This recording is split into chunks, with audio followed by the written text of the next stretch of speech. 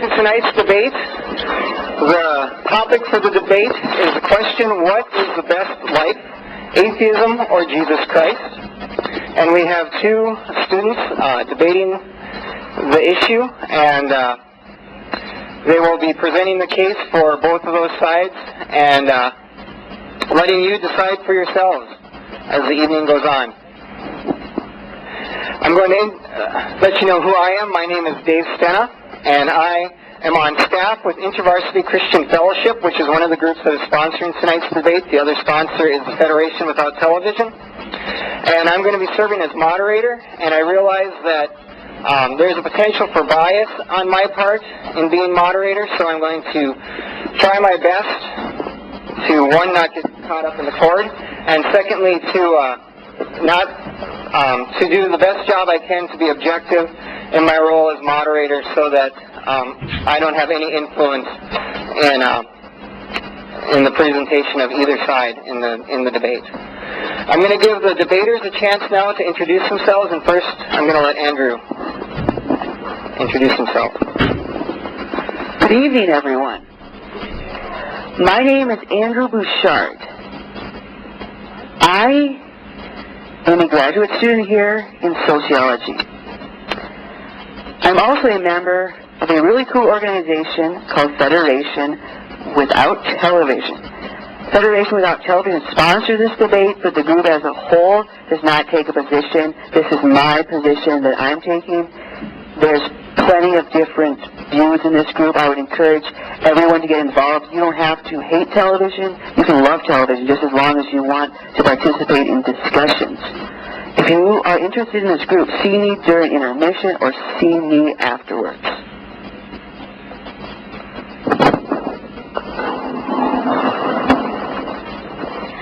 Hi, I'm Kris Wagner. I'm part of Intervarsity, and I'd just like to invite you all every Thursdays at 8 o'clock, Intervarsity in the upper room, room 284, right up there in the CSU. I know that there are a lot of people who are new to campus, don't necessarily know everybody, and Intervarsity is always an awesome place to meet people, and yeah, there's some happy people there. So, 8 o'clock, Thursdays, get to know Jesus, get to know people. That's what we're all about.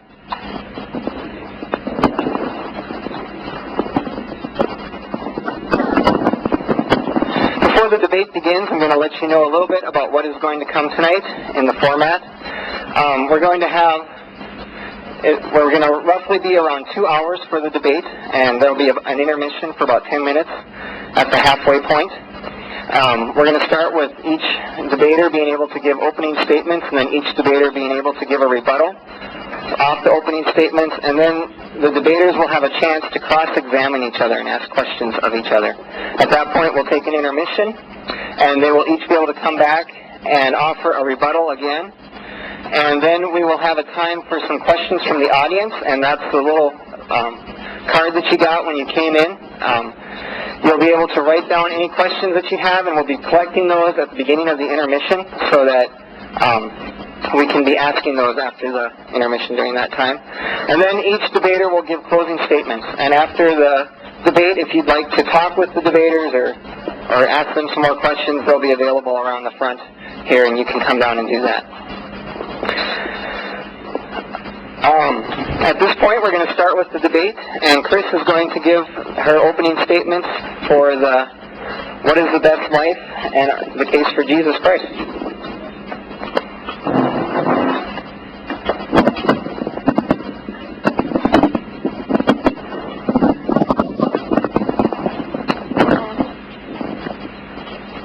First off, I would like to just throw something out there. I have nothing to offer but the truth. What I have come to know is the truth. What I have given my life to know closer and more deeply as the truth. And I'm going to read this 1 Corinthians 13, 1 through 7 and 13. What if I could speak all languages of humans and of angels? If I did not love others, I would be nothing more than a noisy gong or a clanging cymbal. What if I could prophesy and understand all secrets and all knowledge? What if I had faith that moved mountains? I would be nothing unless I loved others. What if I gave away all that I owned and let myself be burned alive? I would gain nothing unless I loved others. Love is kind and patient, never jealous, boastful, proud, or rude. Love isn't selfish or quick-tempered. It doesn't keep a record of wrongs that others do. Love rejoices in the truth, but not in evil. Love is always supportive, loyal, hopeful, and trusting. For now there are faith, hope, and love. But of these three, the greatest is love. As a Christian, I'm not going to fight the reality of a God, because I think you either need to accept the reality of a God or believe that this is all a cosmic joke. And we believe what the Bible tells us, that God is love. The Bible is an immeasurable proof of who God is and who we are in Christ. And we believe, as a Christian, we believe that Christ is God in the flesh, that he came down and he walked this earth as a sinless man and did nothing but love the sinners, did nothing but love the people everyone else rejected, everyone hated, and everyone mocked. Jesus loved. He performed miracles in his Father's name. He healed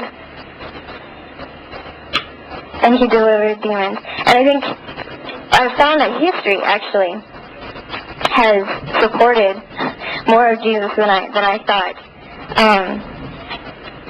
First, I'm going to tell you about the historical background of the Bible as much as I can at this moment, anyway. The Bible was written by, or the New Testament anyway, was written by the eyewitnesses of Jesus. It was written by the followers of Jesus, and it was written in a time when any lie could have been rebuked by the Roman Empire. And the New Testament, I know for sure, is accounted by geological and I'm not being able to speak, an archaeological historical proof. It is it's pretty accurate, and if you have any questions about that, you'll probably be able to find more than I can in some of these books. I have a lot of sources that I've been reading in, and if you honestly seek truth and honestly seek answers to any questions that you have, you will find. Jesus said that if you seek, you will find, and I wouldn't be here if I had found nothing. I would like to share who it is, this Jesus, that the people of the old day believed in. The first century followers believed, and they said that they saw Jesus walk on water, still a storm, heal crippled bodies, feed 5,000 people with a few pieces of bread and fish, live a blameless life, die a terrible death, and alive again. And if we believe that God is real, then we need to establish who God is, and God is an all-powerful, all-knowing, omniscient, omnipresent. He has all power, and he can make Jesus come back from the dead. If Jesus was God, he can do the things that he said he was and did. Now, but we believe that Christ is love because Christ is the Father, and it is only Christ among all the religions that has ever spoken of a Father who takes note of every sparrow that falls, a Father who numbers even the hairs of our head. It is Christ who reveals a God who shows how much he cares for all that he has created. It is Christ who clothed himself in our humanity to feel what we feel, and then to suffer and die in our place. And it is Christ who reveals a God who cares as much about his creation as the design and detail of the natural world indicates. There's much more, but I know that this is the Christianity. Christianity is a faith. It's not a religion or a doctrine, it's a faith. It's a faith that Christ was God. And it's backed up by historical, archaeological, and geographical. It's backed up by evidence, or we wouldn't believe it. We wouldn't have any reason to believe it. It's been going on for 2,000 years. People have been trying to disprove Christianity, and the majority of those who have become believers. And I am very honored to have this chance to share what it is I know, and I don't know everything. But I'm going to try and share, because I love my Jesus, and that is the most important thing to me. And so I hope that whatever it is I say in this can be counted for Christ's glory, and that you see that I am only human, and I am not perfect, or all-knowing, or omnipresent, or omniscient. But I hope to share a little bit more of who God is.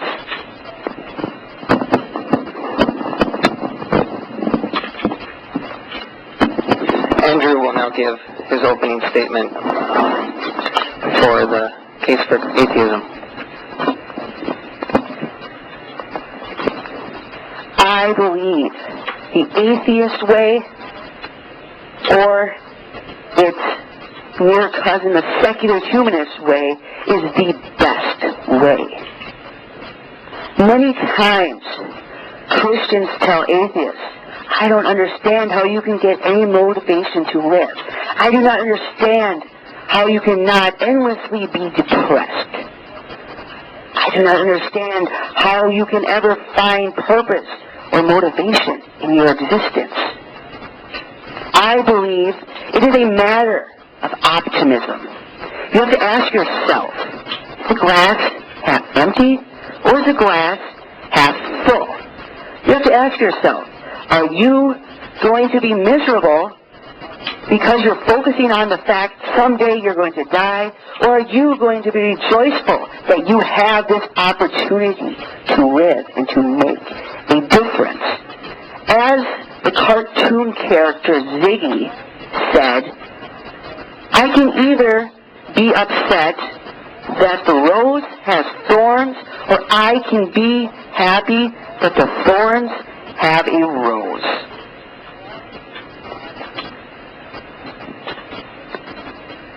Sometimes there's certain analogies that fit perfectly. We've all heard them in many different areas of our life. I heard an excellent analogy for what atheism does for your life. This was presented by another atheist debater named Dan Barker. He said, imagine you have cancer. When you have cancer, you have a different perspective on life. He said that you're motivated to value life more. This analogy is great because we hear about people who have cancer then have everything put into perspective. What was petty doesn't concern them because they want to maximize their moments. They realize that there's only so much time left. Humans value what is scarce. We do not value what is plentiful. We love gold.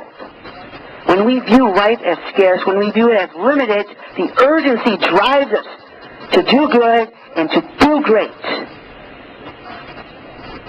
Many people ask the question to atheists about life. They ask, what is the meaning of life? Atheists have a problem with this question because atheists do not believe there is a meaning of life. That may depress lots of people, but as secular humanist philosopher Paul Kurtz said, there is no meaning to life, only opportunity. It's amazing because just think what you can do. Whatever you set your heart and your mind to do, you can do it. The sky is the limit. There was another thinker who wasn't even an atheist who said, there is no security in life, only opportunity. The urgency drives us to greatness. When we realize we only have so much time here, we will strive to do our absolute best. Different people value different aspects of life. To demonstrate the point that there is a lot of joy, satisfaction, and fulfillment in existence, I would like to share with you that I have found fulfilling, enjoyable, and satisfying in life. I have been very fortunate to get involved in social justice campaigns.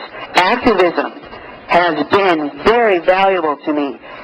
When I have engaged in activism, I felt as if I have been completing a part of myself. It feels wonderful to stand up for a cause, the right cause, even though people may tell you you're wrong, people may give you garbage. It feels wonderful to sacrifice for the greater good. Many people do not like those who protest. Many people demean those who protest. But as Clarence Darrow, a famous agnostic, pointed out, much good in our society occurred because people protested. One professor pointed out to this person who said, "You should never protest a business." This professor said, "Would you have dumped tea in the Boston Harbor?" Others have also pointed out how this nation is a nation of protesters.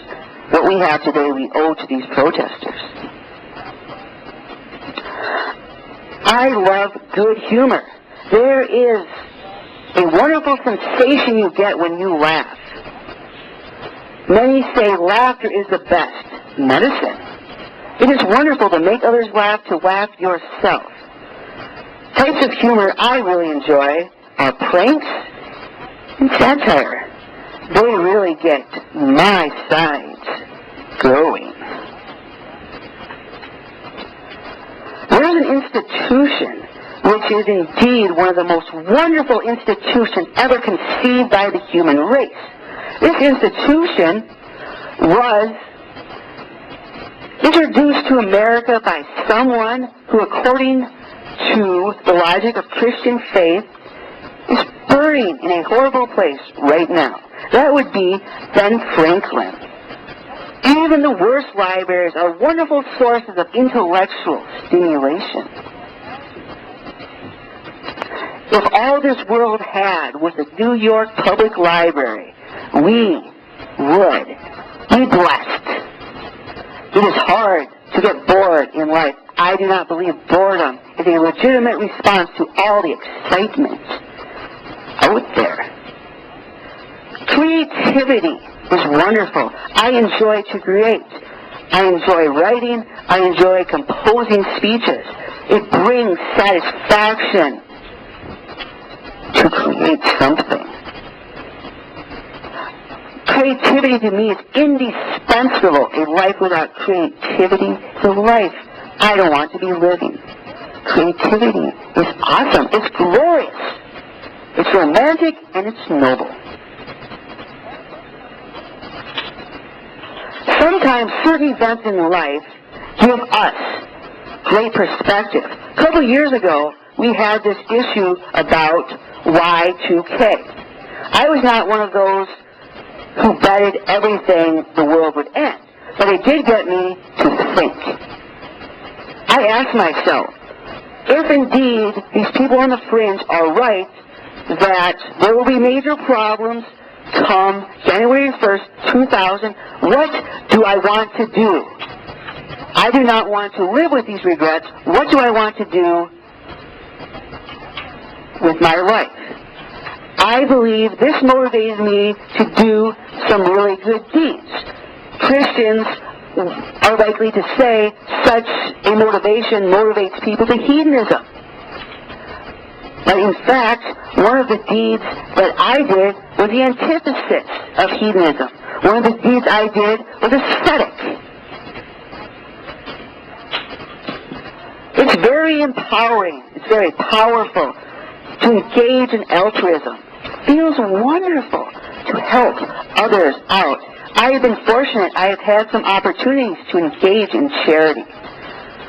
There's a saying in the world of charity.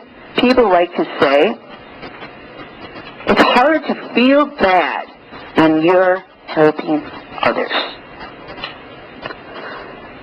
I would encourage everyone to engage in some form of altruism. I believe it is a necessary component of life.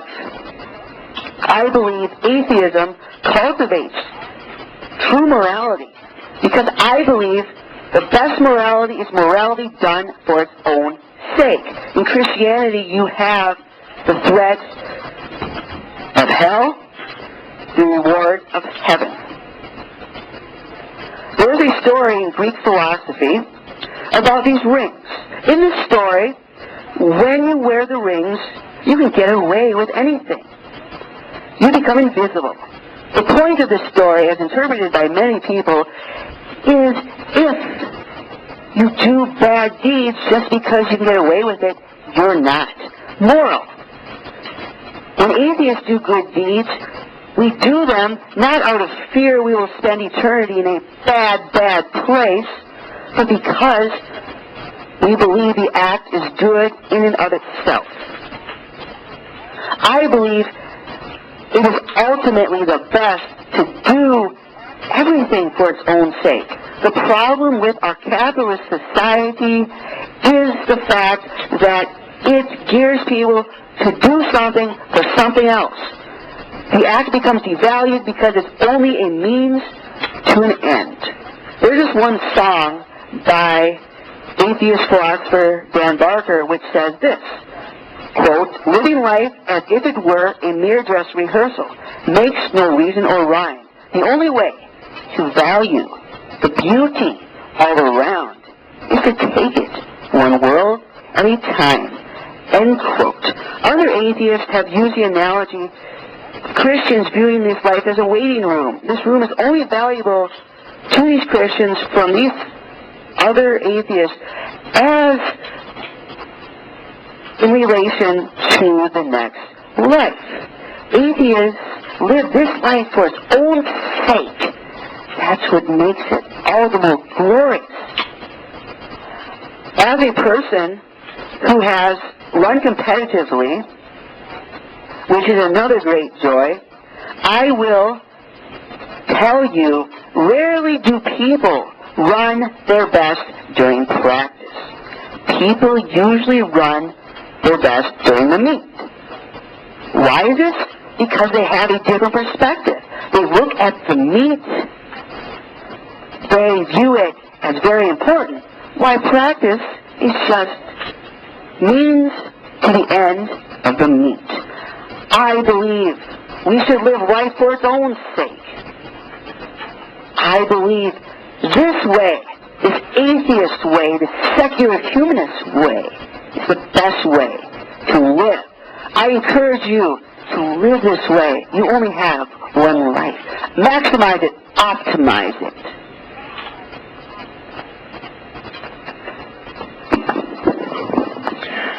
Andrew will now give his rebuttal from Kris's opening statements.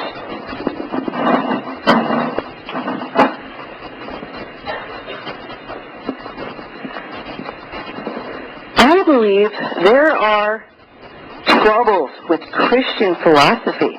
These are both dangerous from the standpoint of reason, which many atheists critique Christianity, but perhaps more importantly, from the standpoint of morality. We hear lots of talk from those who believe in God that God is perfect.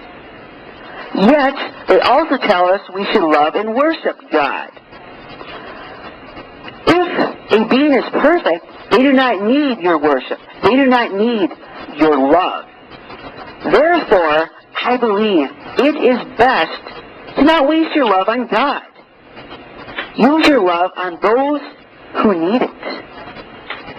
Use your love on those who hurt. Humans, by nature of being finite beings, only have a certain amount of love. Therefore, it is dangerous to waste any of that. A common critique from the atheist side of Christianity is this notion of heaven and hell. According to Christian faith, if you believe in Christ, you go to heaven.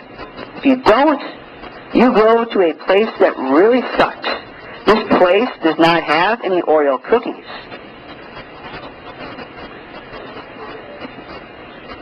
It's important to Think about this.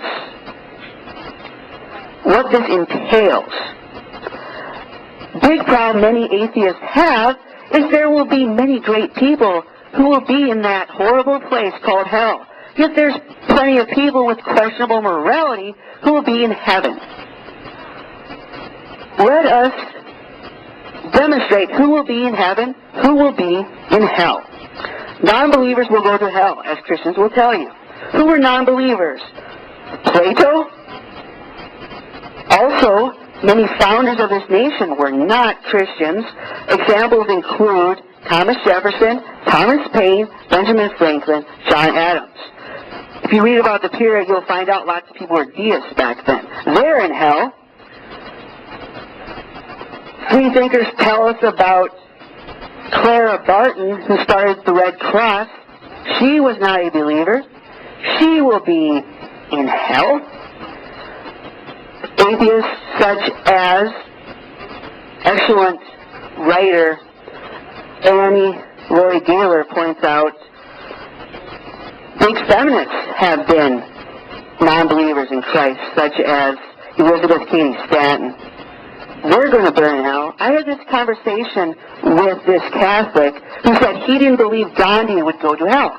But according to Protestant Christian ideology, Gandhi will go to hell because he didn't believe in Christ. Christ was not his personal Lord and Savior. That great noble man is in hell. Contrast this to heaven. If you believe in Christ, you go to heaven. Therefore, the worst slave dealers in the past, they're in heaven. If you read about the Ku Klux Klan, you will find out that you have to be a Christian to be a member. Atheists like me cannot belong. Klan's people are in heaven. Let's talk about the founder of the Protestant faith, Martin Luther. I have read this man advocated torture. He loved torture, I read. I also read from a book on hazing that there were young people who would be mean to the people younger than them. They would, according to this book, they would cut them under the lips, then make them drink the salty brine. According to this book, these people went up to Martin Luther. They complained. Martin Luther basically told them, too bad. It's tough. That wonderful man is in heaven. According to this circumstance, many atheists are liable to say, all these great people are in hell. All these wonderful people are in heaven. Why would I want to go to heaven? Surely makes you think. Christians often talk about Pascal's wager. The basic premises of Pascal's wager is this. You have everything to gain and nothing to lose by believing in God, while the opposite, you have everything to lose and nothing to gain by being an atheist. I believe those premises are hogwash, because I believe you have a lot to lose when you believe in God, while you have a lot to gain while you're an atheist.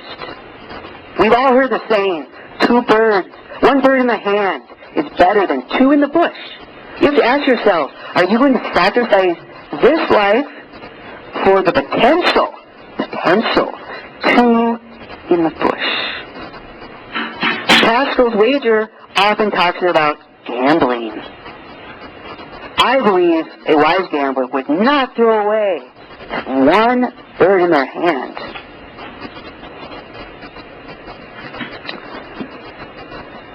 Political prisoner Mami Abu-Jamal makes a very interesting point about Christianity in one of his commentaries called De Profundis. He says, the only group of people on this earth to have ever dropped an atom bomb on others were Christians. Christians often claim only morality is possible through Christianity. It wasn't a Buddhist nation that dropped the atom bomb. it wasn't a Hindu nation that dropped the atom bomb. It wasn't a Muslim nation. It wasn't an evil atheist nation. It wasn't even a satanic nation. I believe it's best to be eclectic. When you are eclectic, you are not putting all your eggs in one basket. You're getting your knowledge and wisdom from a variety of sources. Christianity is often seen through a very absolutist lens. If Christians happen to be wrong, they lose their whole basket of eggs. If you're an eclectic person, you happen to be wrong on one belief, you may be losing out on that, but you have all these other beliefs you still have. A great atheistic argument I hear again and again is one about mental health. People who have created this argument state this: how many hospitals, mental hospitals, do you go into where people are saying, I am God? Compare that to people in mental hospitals yelling, I am not God.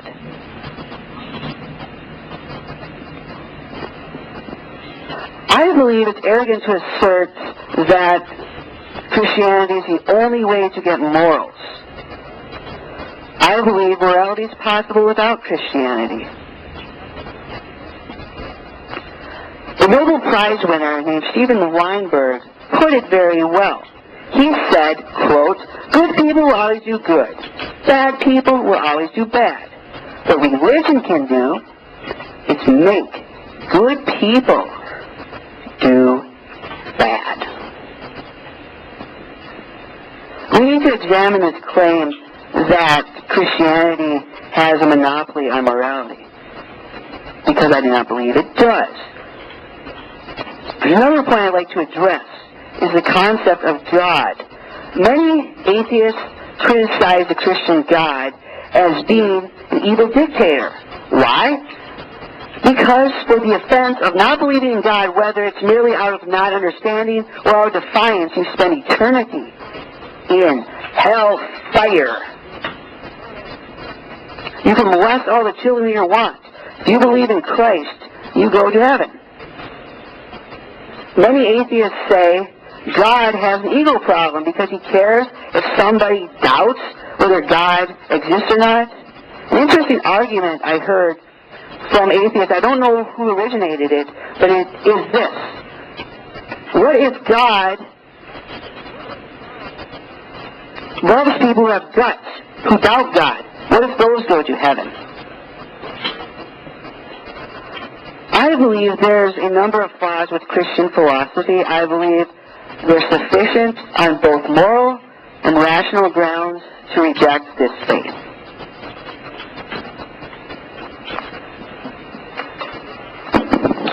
Kris will now give her rebuttal.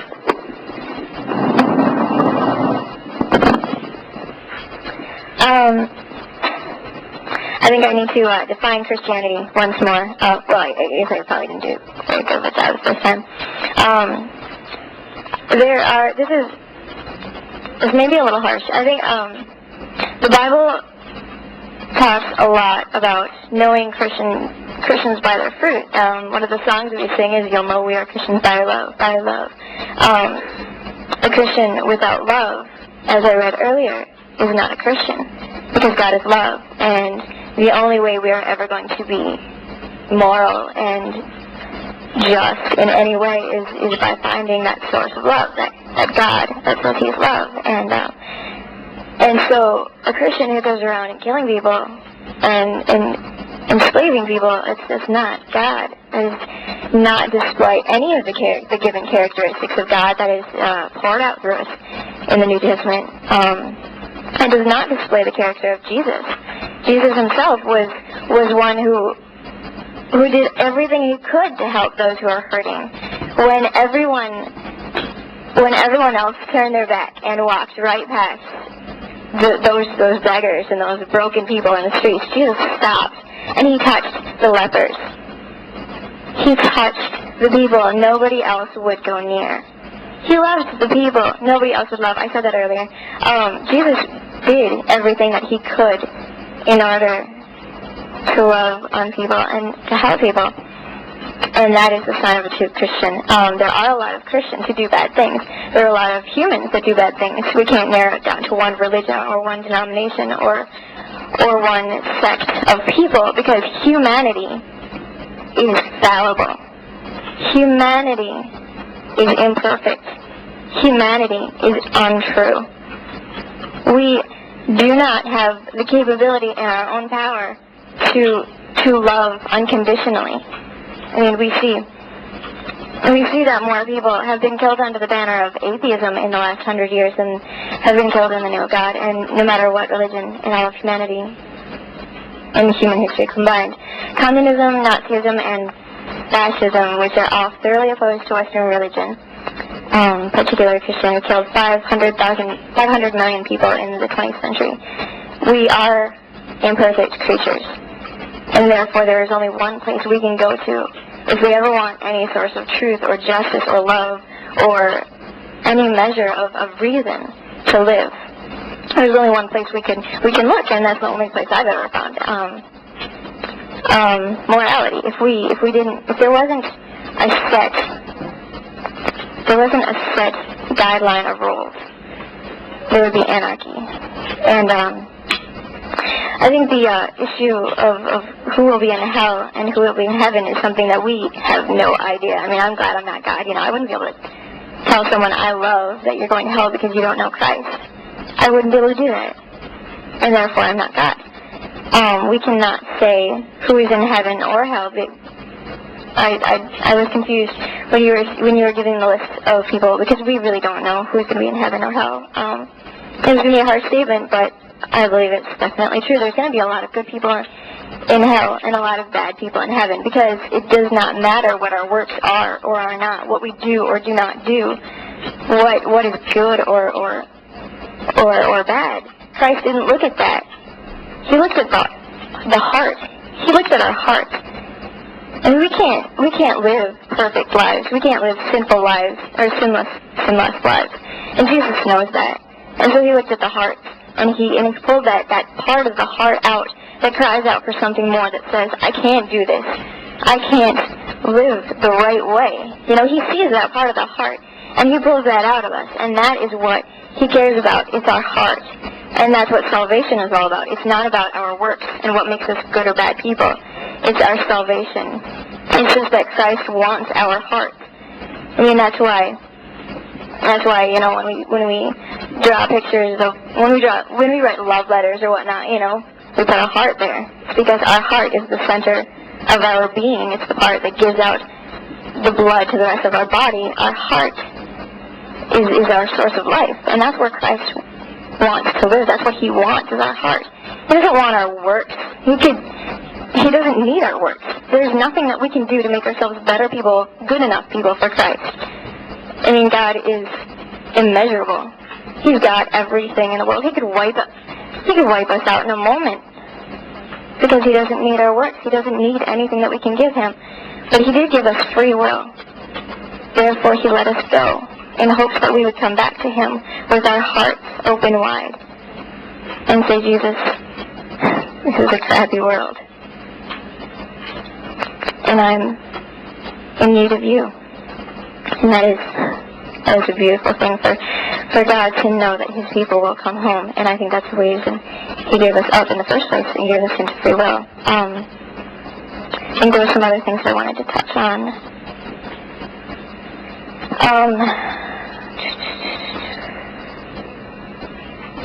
Creativity.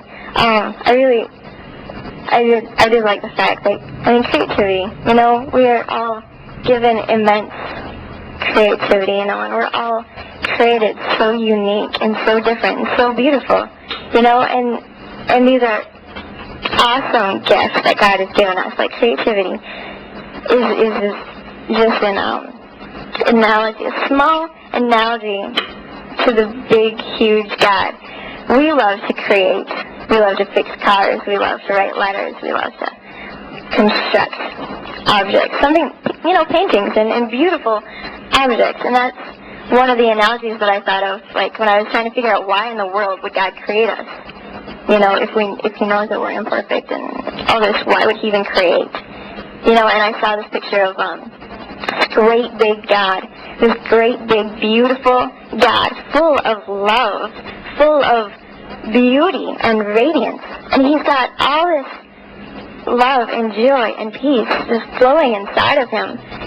I mean, if I had the creativity and the ability to draw and to paint and to create beautiful works of art, I mean, I could not hold that inside of me. If I was standing in a room full of paints with an easel and papers and pencils and all this stuff that artists use, I could not help but to create something.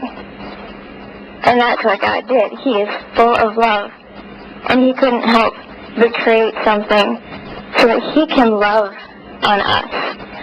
And to waste our love on God, it's not even possible. God is a God of love, and it's because he first loved us, not that we first loved him. He created us so that he could love on us, and in that love that we could love him back. And that's not a waste.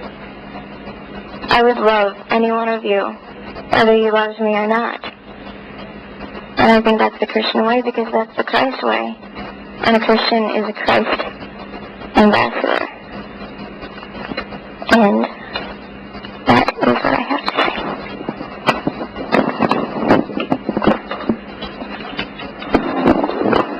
We're now going to move into the cross-examination part of the debate, and Kris is going to be cross-examining Andrew first.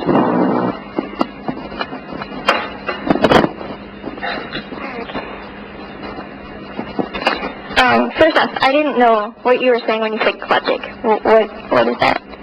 Eclectic is someone who gets knowledge and wisdom from a variety of sources. Thank you. Could you define life for me? Life. I believe life is when a person or being breathes, when they are full of carbon matter, when they are exuberant. Sometimes some folks are not. I believe life is when the heart beats. Exuberance. Do you mean emotions?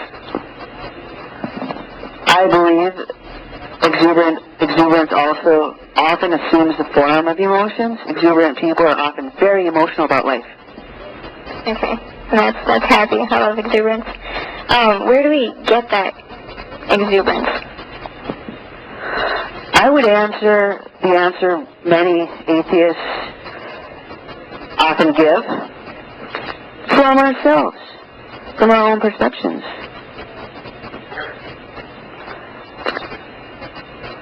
How do you define right and wrong? It's important to acknowledge that morality is not often easy. There's many areas which are difficult. Right and wrong, I define right as what promotes life, also healthy life, or wrong, what generally discourages it. This is not a complete absolute statement, but this is a general guideline. Hitler, just an example, Hitler believed that Jews were a plague on humanity, and he believed that it was right, and it was moral, and it needed to be done in order to create a healthy society to kill all the Jews. Did that make his decision right? Surely not. Indeed, morality differs from people to people. I would also like to point out there's this book called Hitler's Pope. The thesis of this book is that this Pope, who at a school named after where I used to live, supported Hitler, or at least allowed him. Okay, could you repeat that? Do you think you said we right and wrong differ from person to person? Is that what you said? I believe they can differ because people are imperfect. Some have different perceptions of what right should be. Okay, so if I was to believe that I could go around and hitting people over the head, and that was right, would that be right because I think it's right? No. Okay. How do we, where is that line? How do we draw that line? It seems as if many times people want an easy line, which atheists point out there's not always an easy line. I guess I'm confused as opposed to where we get this sense of right and wrong. If we all have differing opinions, and if it changes from person to person, it doesn't seem like there could be a clear way to define a specific set of rules, because everyone has their own definition of right and wrong. The problem of interpretation also affects Christians. There's many Christians that disagree on points of the Bible. Sometimes they're huge points. This idea has been presented in another debate by another debater. I believe it's a good point. Okay, who do you say Jesus was? Who is Jesus to you? I have a feeling this is leading to C.S. Lewis's argument about Christianity. I believe, as a good number of other secular humanists believe, that Christ did some good, he had some good values, but there's also some bad values in the Bible. That wasn't referring to C.S. Lewis, actually. I haven't read enough of them. I wish I did, but I was actually referring to the historical documentations of Jesus and what history writes Jesus to be. Next question. Is there a truth to know? I believe it's possible. I believe because there is an argument that there's objective truth out there, but we may not be able to realize what it is. Do you believe that we can create our own reality? Sure. Okay. I guess that's an good end. You clearly believe that there's no God then? That's a very good question. George Smith, in his book, The Case Against God, tells about two different types of atheists. One type of atheists in this book are the strong atheists, the other are the weak atheists. In this book, the strong atheists are those that believe there is no God, while the weak atheists do not believe in God. I fall in the latter camp. You believe there could, is it bordering on agnosticism then? There could be, there could not be, you don't know? The interpretation of the latter camp, according to Smith, is the latter camp lacks a belief in God. They do not believe in God. Okay, so you stated earlier that you live for yourself. What is there to live for when you get to the end of yourself? When you give everything that you have, what do you have left? I believe there's plenty in us all. You look out at people that do so much for others. They make these amazing sacrifices. I was impressed with Barry Horn, the animal rights activist in Britain. According to many sources, he fasted 68 days because he had so much love in his heart. Okay, what makes a good person good? A good person is someone who believes in justice. A good person is someone who believes in altruism. A good person is a person that believes in righteousness. It is now time for Andrew to cross-examine Kris.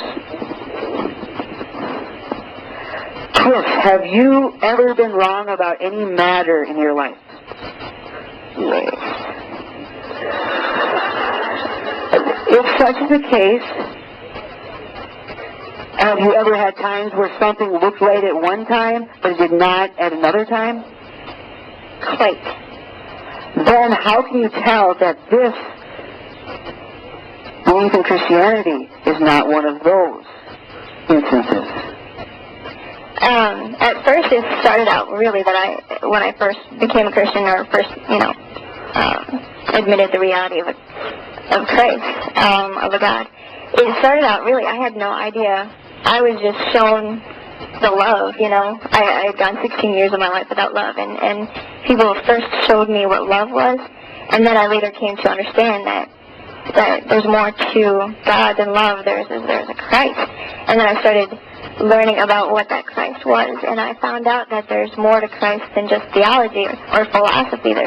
It's historical, there's documentation, there's some prophecies from the Old Testament, endless amount of prophecies that were fulfilled by Jesus, and there would be no way to fulfill those prophecies if it wasn't by God's hand, and it was just so much evidence that you can find when you seriously seek with an open mind, and you'll find it.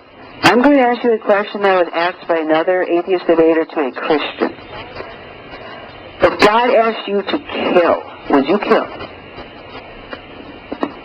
It depends what the situation was. I do not believe that I have been given a heart. I cry when a butterfly hits my windshield. I cannot kill.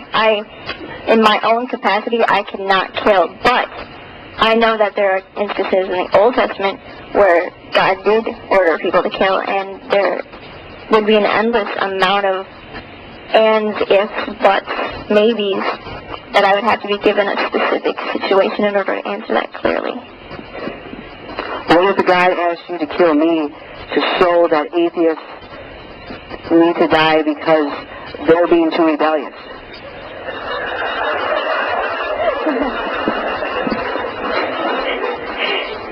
We should ask God. The question really defies all that we know about the character of God.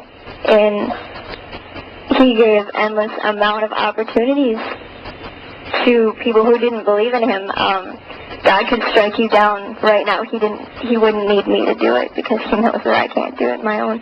But we could see in the Old Testament, God gave the prophets of Baal so many chances. We have this life, and it is within this life that we make our decisions. And at the end, He knows what's going to happen from there. But He's giving us an endless amount of decisions, and He would wish that none would perish. So He would not want you to die until you have been given every opportunity to know Him possible. I'm going to ask you a question which my friend asked his parents. Actually, it's a series of questions. Would Jesus drop bombs on Afghanistan?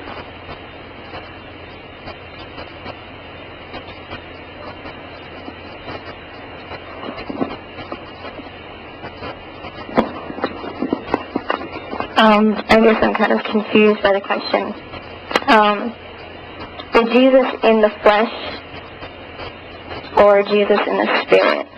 Both.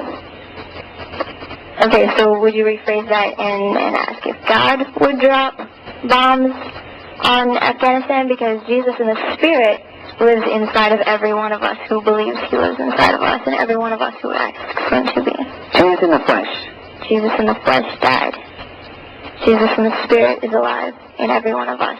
So Jesus in the flesh would be every one of His Christians, every one of His children. And I don't know how I would possibly answer God's mind in saying, would God drop bombs on Afghanistan? It's not in my will, and I can't answer His will. So what's up with the WWJD bracelets?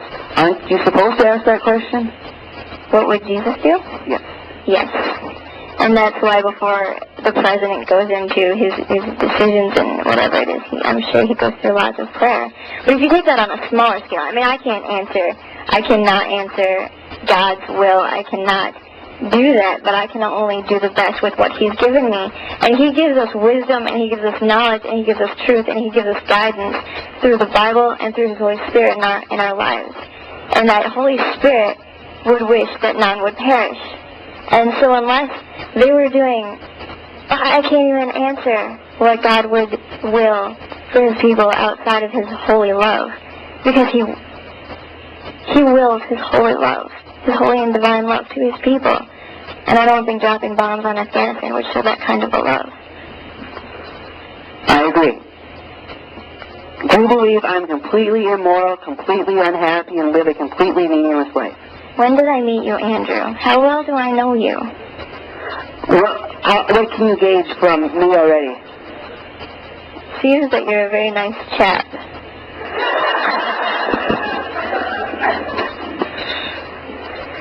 Assess whether you think I have complete unhappiness, complete immorality, and live a completely meaningless life on what you have in your knowledge base right now. Actually, I was very encouraged by you, actually. I've been very, very nervous at this debate, and I'm still nervous, you can totally tell. And just seeing you smile and your confidence with having done this kind of a debate before did encourage me, and you do seem to be very content with your life. And I don't know much beyond what I've seen, but does that answer your question? Do you believe it's best possible for atheists or other non-believers to have some happiness, to have some meaning for life, to also have morality? I believe that morality has been established from the time that God gave the Ten Commandments. Morality has been established, and it's had thousands of years now to be established throughout society. And so we need only draw from the morality and the guidance that's been given to us from times past in order to live moral lives. But, yeah, and I think that atheists and people who choose to live outside God's will and choose to live for themselves can have a form of happiness, but not. But I kind of wonder what would happen when everything in their life is destroyed. Where would they turn? It's been evident that when someone dies or something traumatic happens, people cry out, "Oh my God!" You know, they cry out to God. And that leads me to believe that there is something inside of us that says, yeah, I've got everything going for me. I'm the richest dude in the world. I'm the most famous chick in the world. You know, everyone loves me, la la la la. But there's got to be something more. Fame can only get you so much. Money can only get you so much. Happiness can only last you so long. And then the situations around you. I mean, this is a horrible world we live in with all the things that are happening. What do we have to be happy for unless it's something eternal? I'm going to ask you a question now that we discussed in past debates.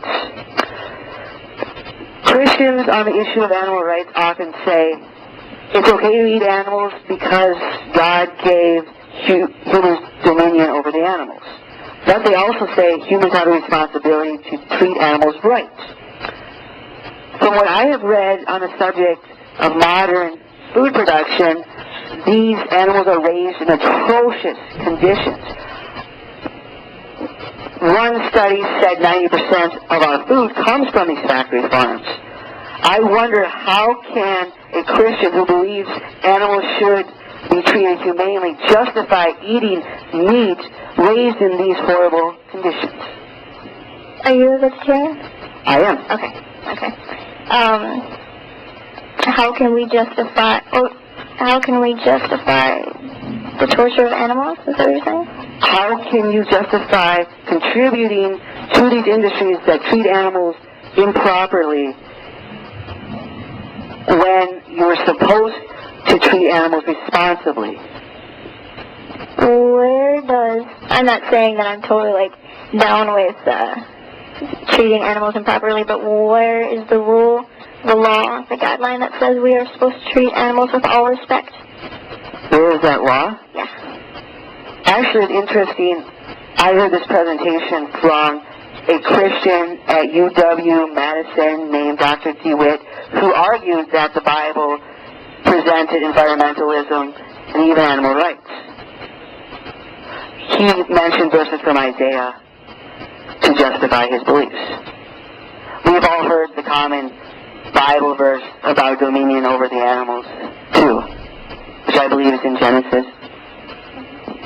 Yep, in Genesis, He gave us dominion over all the earth and all the creatures on the earth, and thus being said, I would say that as a Christian, I do not personally wish to contribute any more harm on animals than our cars do at night when we can't see a deer run across our road,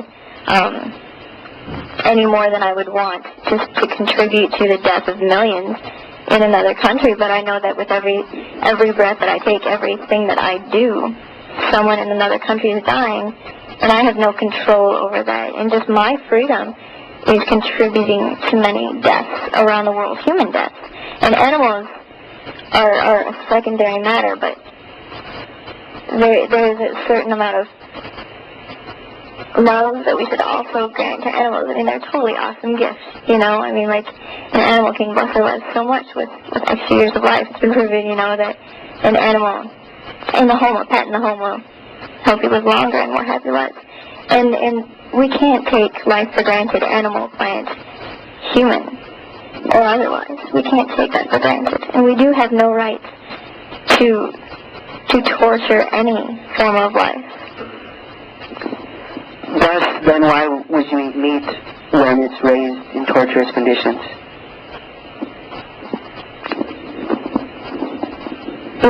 It's there. It's there, and I'm hungry. But I'm sorry.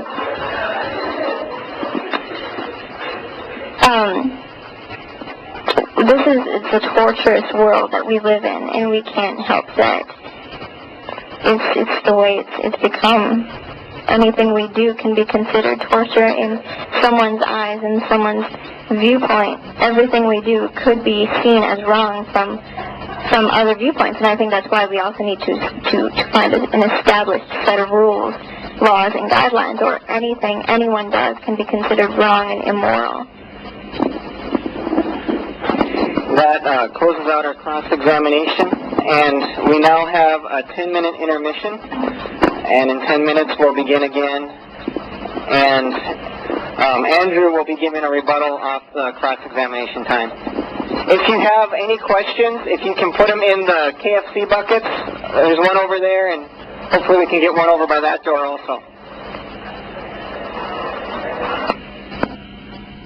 Back up for the last part of the debate, and we're going to have some time, a period for Andrew and Kris to both give some rebuttal after the cross-examination, and then we're going to have some time where as many of the questions from that you have submitted that we can, we will be asking the debaters and having them respond to. And Andrew is going to start with his rebuttal from the cross-examination now.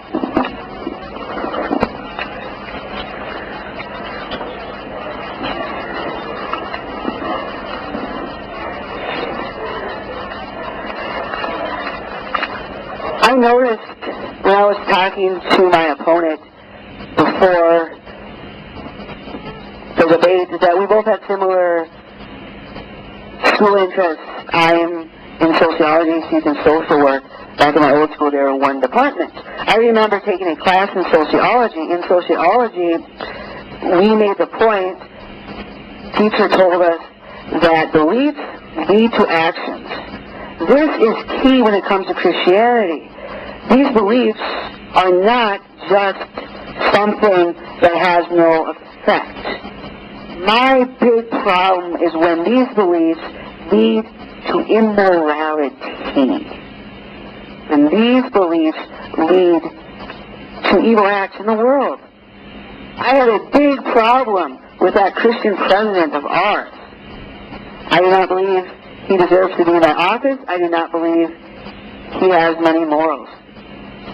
Be careful about electing someone who has a drunk driving conviction for president. Not that people can't make mistakes, but when someone drinks and drives, that sends me the message they're selfish. They don't care about others. We want someone like that to be the leader of our nation. My opponent talks about Hitler, Stalin, and Mussolini. Indeed, according to many sources, 2 of those people are atheists. As my friend once said, there's no guarantee atheists either will be always moral. People often say there are no guarantees in life. Of course, after that, then they say death and taxes. But, as many point out, Hitler was not an atheist. If you ever read his book, as others will point out too, he doesn't claim atheism.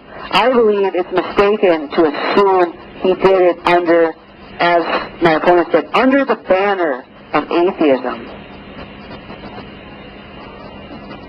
I do not remember hearing anything about Hitler flying the atheist flag. However, atheists point out, there has been many people killed under the name of God.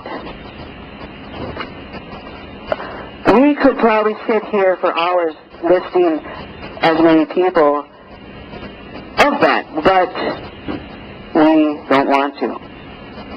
One argument Christians give that absolutely gets on my nerves, gets under my skin, is the argument that takes this form. Focus on the families. James Dobson argued from this argument that I did a paper where I really critiqued it. He said that ever since they took the prayer off the school, society has gone downhill. Christians make that claim again and again. As many thinkers point out, people have had this view for a long time, that society is going downhill. One quote people often tell about is from Plato. Way back when, he said society was going downhill, therefore people say that it's foolish to argue that. We were talking about this in my one class. Our professor mentioned that's just a value judgment. Many atheists point out to the good that has happened since the 50s. There's a great song called The Good Old Days of Theocracy, which Christian Lem sings. In the song, she talks about how back in the day, women were property of men, children got spanked, even worse, while today, that's starting to end. We look at women's situation, it's not perfect, but it has surely been a lot better since back in the day. Many people critique this argument by saying correlation and causation are separate entities. Many people are mistaken, as critics point out, by assuming just because we took prayer out of school, society has gone downhill. I imagine many people who are persons of color would not want to go back to the 1950s. Right now, it's not perfect, but it's surely a lot better.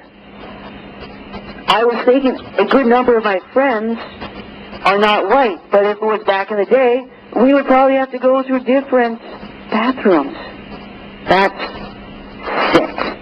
We need to be careful about these claims. I believe it's essential to use this opportunity. You cannot be immoral in this life. You cannot. What is especially dangerous, as many point out with Christianity, is the fact that oftentimes it discourages people from questioning authority. Many Christians follow this evil precedent of ours. Critics point out he used that death penalty. Crazy.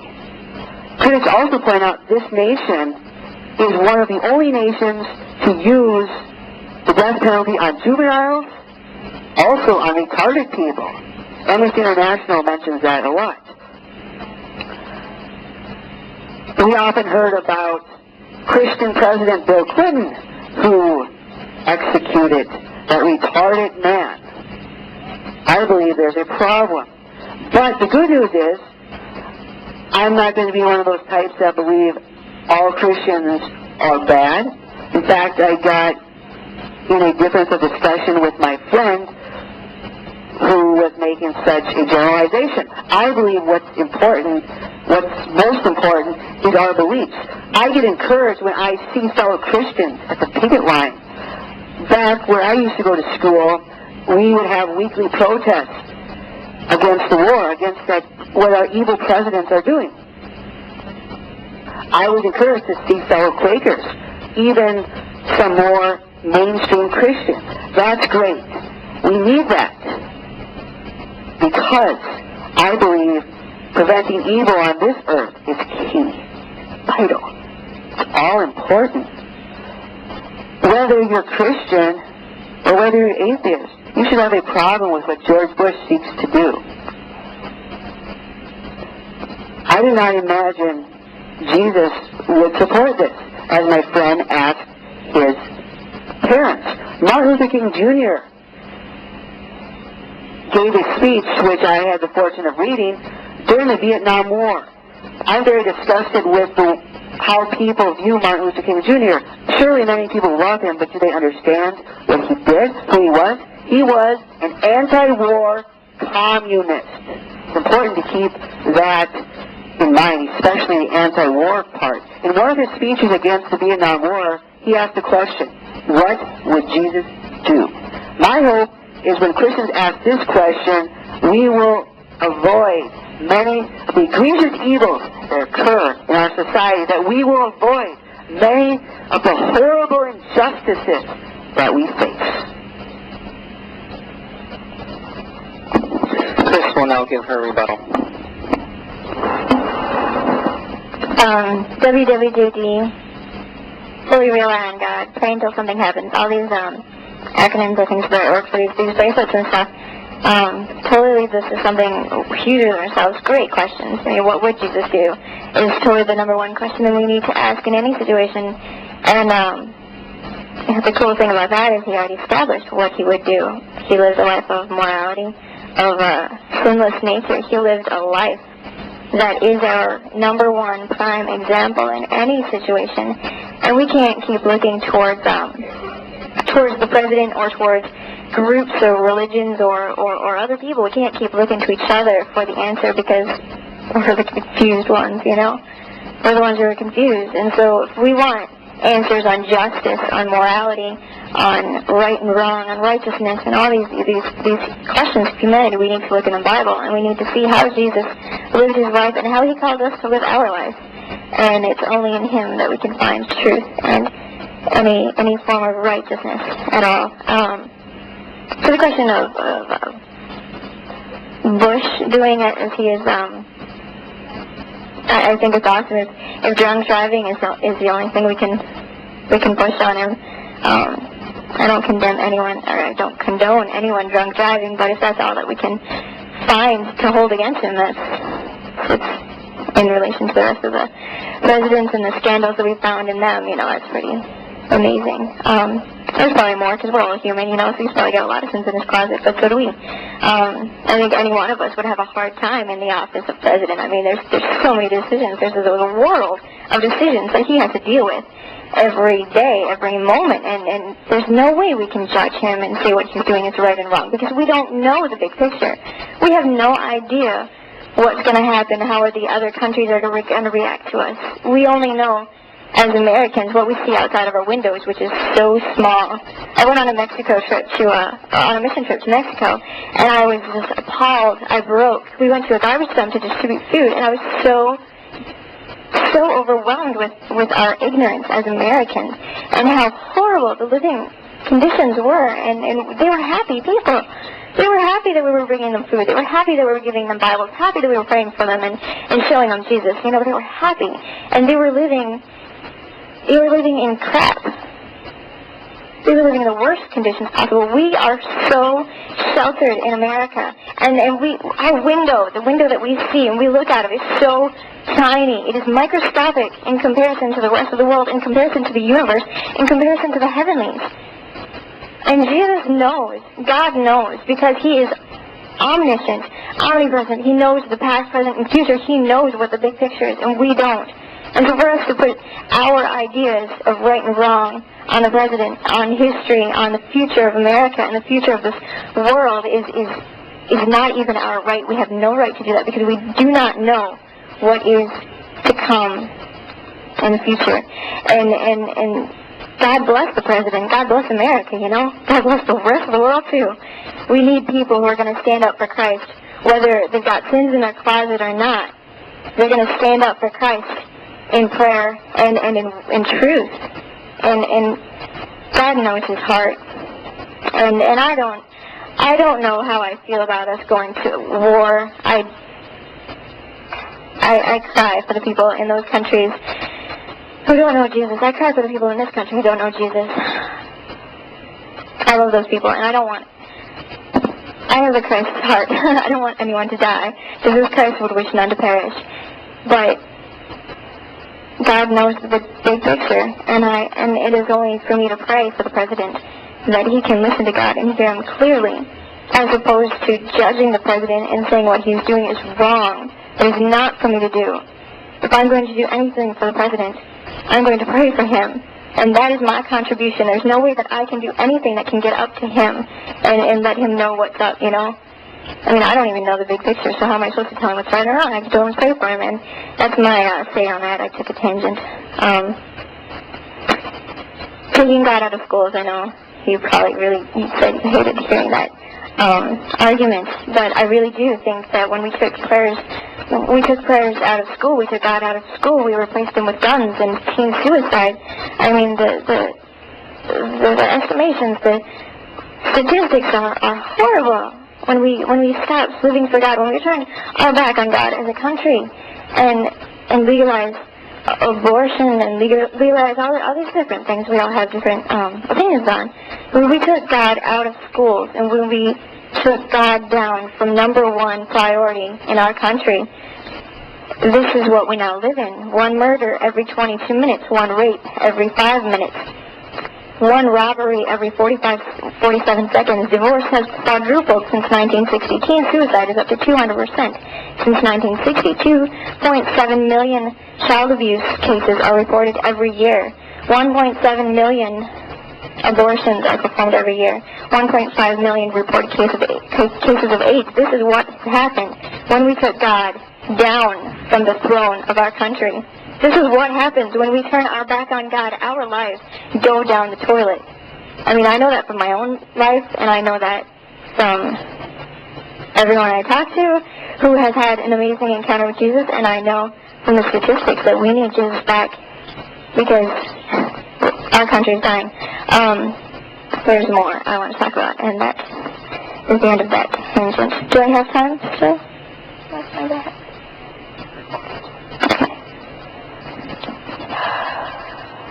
I was really taken aback by your questions earlier, the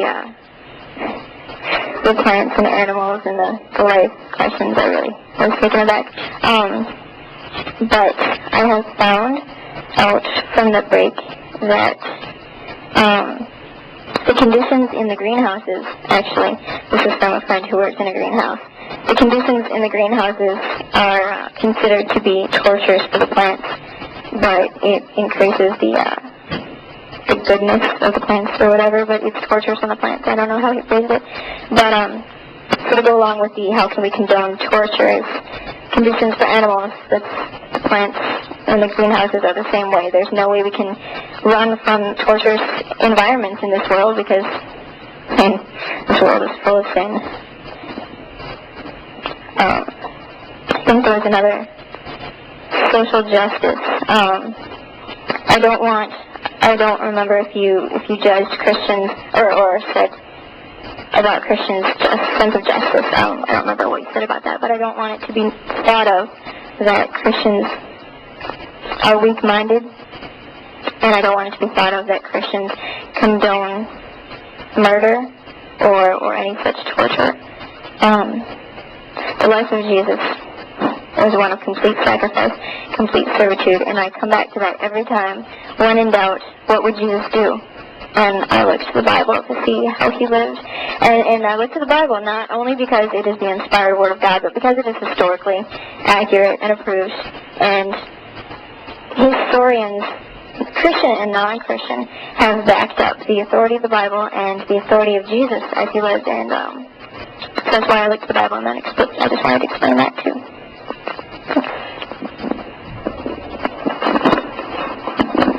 We're going to have a time now of asking the questions that you gave. And this is Zach, and Zach is an agnostic, and we asked him to sort the questions to eliminate any bias that I might have in that process. So, What are you reading on that? yeah. For Andrew? Okay. Andrew, in reference to Blaise Pascal, you said that believing would waste your life, you'd be throwing it away. Tell me why. Why can't you believe and yet be completely happy and still accomplish great things? I do not believe one completely would waste it. Surely Christians have done a lot of good. But your perspective is altered. As I mentioned earlier with Dan Barker's arguments about cancer. When you look, this argument makes sense when you think about people with cancer. People with cancer who have only a few months to live, they're not concerned about petty gossip. They want to make a difference. They want to do everything right because they only have so much time left.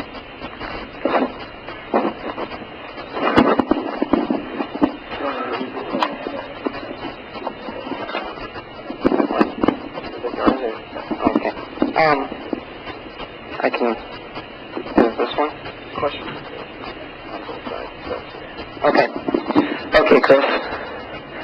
It's great to have a guideline of faith in your life, but consider this. Aristotle once posed the question, is it right because God commanded it, or does God command it because it is right? You might see the dilemmas of this theory. If God advocated you to mass murder all those that you love, you'd probably say no. This would suggest a higher morality and love. I was wondering what your thoughts are on this theory, and what do you think we should do in a pluralistic society of so many different religions?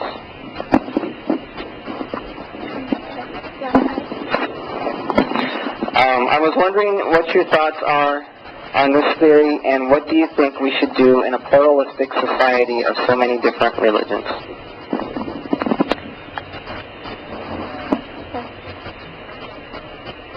It's weird not to have time to think about the questions. So you have to bear with my instantaneous responses. I heard Josh McDowell, I think it was, Josh McDowell was a complete skeptic of Christianity, and he was challenged to prove that there was no God, and he took the challenge and he became a Christian because the evidence was far outweighed Christianity. So he was speaking, and he said something like, how can you present truth in a world where all truth is equal? And I wish I'd listened closer to his response, but he was saying that But he was saying that he was taking the Bible as an example, and he was asking people why they believe, he's asking Christians why they believe the Bible. Do they believe it's infallible? Do they believe it's the inspired Word of God? And they all said yes, and then he said why?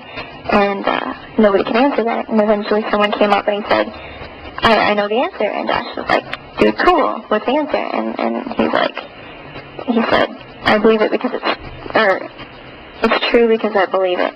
And Josh said the difference between you and me is that you believe it's true because you believe it, but for me, I believe it because it's true. And there is a defined morality. God has made himself known from the beginning of time, and he has made an outline for us to live by. And all other religions spawn off of the beginning of time. People wanting to take their own issues and their own rights and wrongs and their own pleasures and make it livable and make it right or wrong. So I think, I don't know. Can you repeat the question one more time? It started with the question that Aristotle posed: is it right because God commanded it, or does God command it because it is right? And that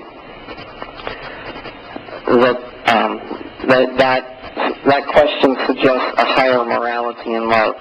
And the person was wondering what your thoughts are on that theory, and what do you think we should do in a pluralistic society of so many different religions? Okay, thanks. I'm sorry. I like short questions. Is it right because God commanded it, or did God command it because it was right? They go hand in hand. They're synonymous. God is the ruler. God is God, and He is right regardless of what we think and what we feel. So they go hand in hand. Does that answer the question? Yes. Okay. I'm sorry. Okay. Just that one right up there.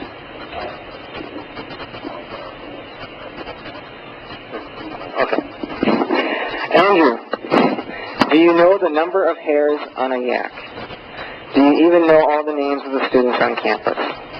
So let's assume you know 1% of all knowledge. That's 99% left. Can you think that in that 99% there is proof for a loving God?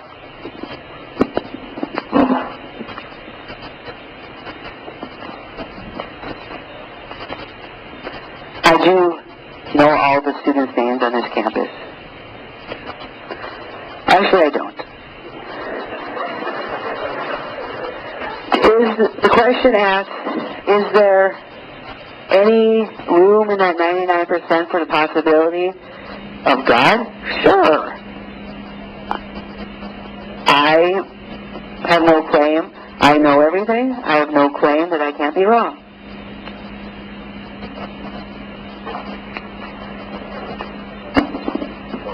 Okay. This is for both. Kris, you can start. Why is there pain and suffering?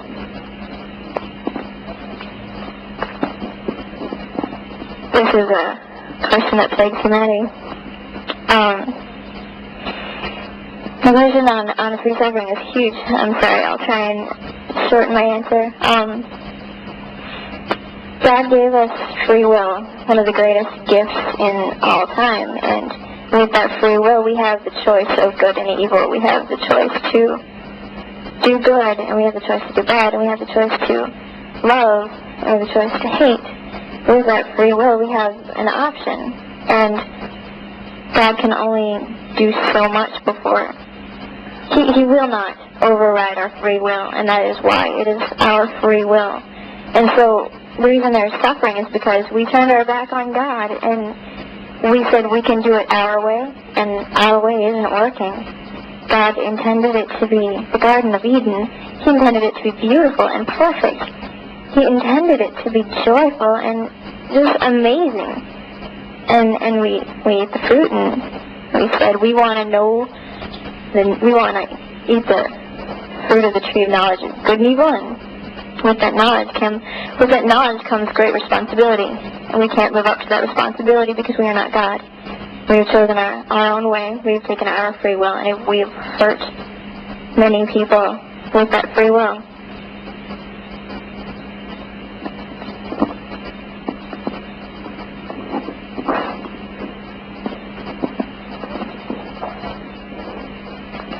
I believe there's pain and suffering in this world, good part because we don't speak out about it. We allow it to occur. I believe there's some aspects of Christianity which discourage people from doing bad acts. One quote I heard from Dante's Inferno was this, quote, "The lowest rung tongue of hell is reserved for those who maintain their neutrality in times of crisis. End quote. There's another quote that I think of. This was by a pastor, Niemöller, in Nazi Germany. He said something to the effect of, when they came for the Jews, I didn't care because I wasn't a Jew. When they came for the communists, I didn't care because I wasn't a communist. When they came for the Catholics, I didn't care because I wasn't a Catholic. Then they came for me. There's no one left to speak out. There's a saying in social justice. I don't know who said this. In fact, I looked for it, but I could not find it because it's a marvelous quote. This quote is, "Action is the antidote to despair." I interpret this as saying, if there's something wrong, you should act on it. You should hold up those picket signs. You should fast or do other political actions. That is why there's suffering in this world. It's up to each and every one of you to speak out, to prevent this suffering, pain.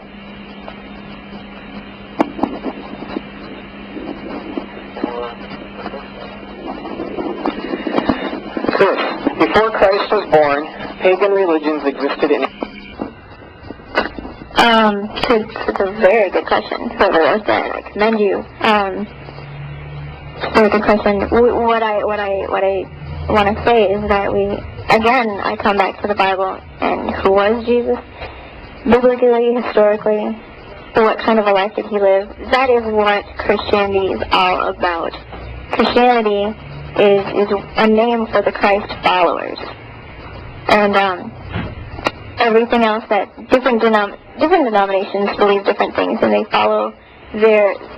take the path on Christ in different directions. We all have different opinions on how the Bible should be interpreted and how we should all live. And we take the Bible to mean so many different things, but what really matters is how Christ lives, and that is what I think the simplest doctrine that we can live by as a Christian is just the outline of Jesus. And that other pagan religions have attributed to the Christianity. Is that what the question is asking? Okay, I think you could also say that the pagan religions have also come from somewhere a lot farther than that. Everything's had its origin, and the beginning of origin with a Christian view is Adam and Eve. And so even the pagan religions came from somewhere. The prophets of Baal in the Old Testament, the pagans that believe in many gods, it all comes from somewhere. And the Christian, we believe it all came from the beginning of creation, Adam and Eve, and went from there with our own selfish desires.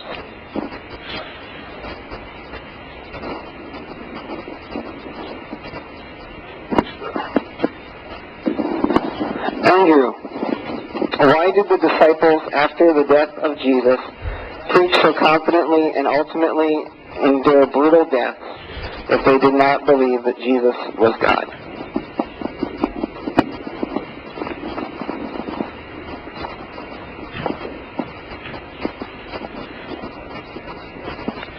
Maybe I don't contest that at all. Maybe I do believe they believed that there was a God, that Christ was God.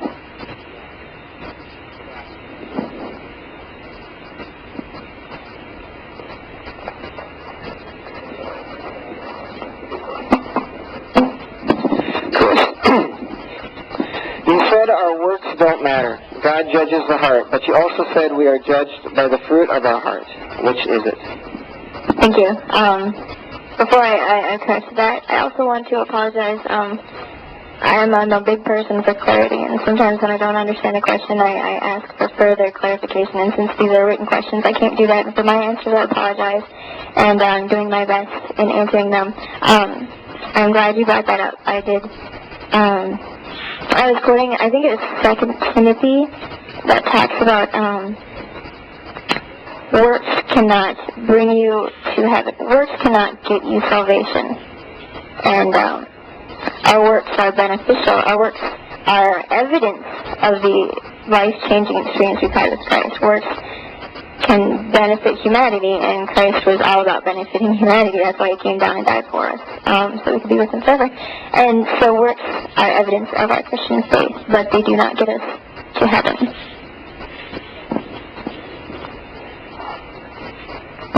Andrew, you say that you live an optimistic life. My question is, where does your optimism come from? Also, you said that when you do a good work, it feels like a part of you is completed. I believe your optimism comes from the part of God that is in you. I also ask you this. Could that part of yourself that is being filled possibly be the part that God took out when Adam and Eve sinned?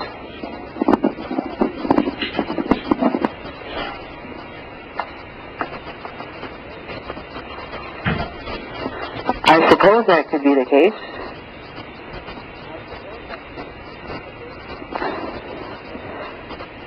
The first question asks, where do I get this optimism from inside me? There's also a lot of good in this world. Christians, so often you hear these preachers talk about the bad. What about the good? What about the good? Again, we should contest my opponent's view that society is going downhill. Because many critics of that view point out there has been a lot of positive change since the 50s.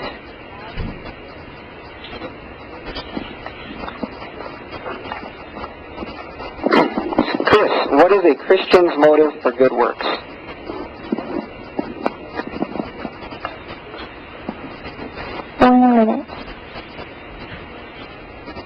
Okay, what is a positive effect? Say it again?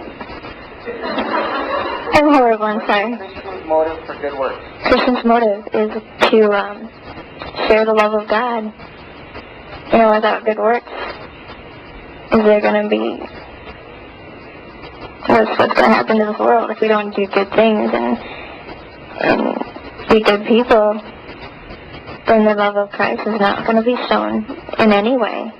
I mean, if we believe that God is love, we got to show it somehow. And we're just so full of that love that we got to do good things, and we got to do good works. It's just not a measure of fearing God and fearing salvation, or what you said earlier. It's not that we fear how, but just that we're so full of God, we got to do something good.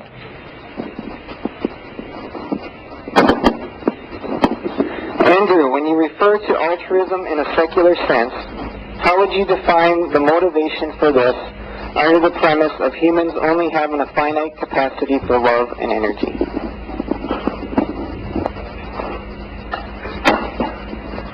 I believe that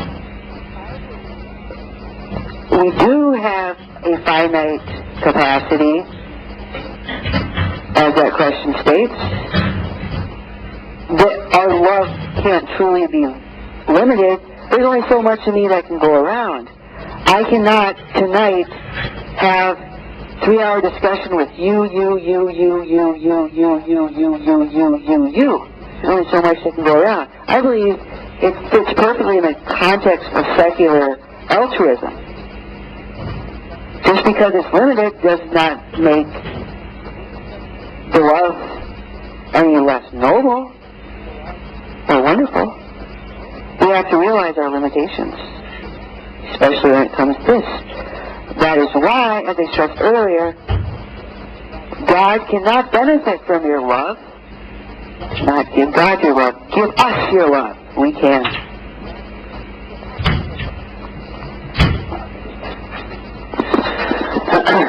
Kris, do you believe that heaven and hell are predetermined for folks? It's kind of a scorcher. Heaven and hell predestined. there's a big, huge controversy, free will versus predestination, and that's one of the biggest, huge stumbling blocks for people not becoming Christians and whatnot. Even for Christians, we struggle with that. It's so huge because we don't know everything, and I've been trying to actually study up on that so that I could answer that question with justice, but I'm probably going to butcher the answer. Free will versus predestination is how predestined for some. Since God has laid out the laws and told us how it is we are supposed to go to heaven and what will happen if we don't, and what will happen. Yeah, so He's told us how it is we can get to heaven, and He's told us what will happen to make us go to hell. And the laws have been around since, He gave it to Moses, and they're right here. And if we haven't read that, if we haven't chosen the way of Jesus, then obviously it's our choice to go to hell. He knows in advance who is going to make the decision, and He still allows for anything He can possibly do to get more of the truth in our lives so that we can make the right decision. He gives us every opportunity possible, and that is the mind of God, the heart of God, is to give us every opportunity to keep us from going to hell, because He would wish that none would perish, and He loves every one of us, and that's why He created us, so He could love on us. And for those of us who do not choose His way, it's our choice. Ultimately, it's our choice.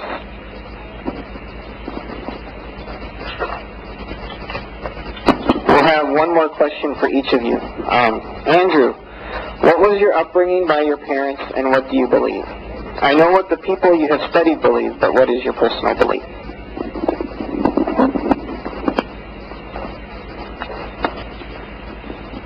My background is interesting. My parents are divorced. My father is married to my stepmother. My stepmother seems to have pretty conservative Christian views. I would categorize my father as more moderate Christian views. My mother, that's not so easy. Now I see on her house stickers about Jesus. One of her roommates right now seems to be a strong Catholic. I've also heard her make comments, I don't need any religion. The other question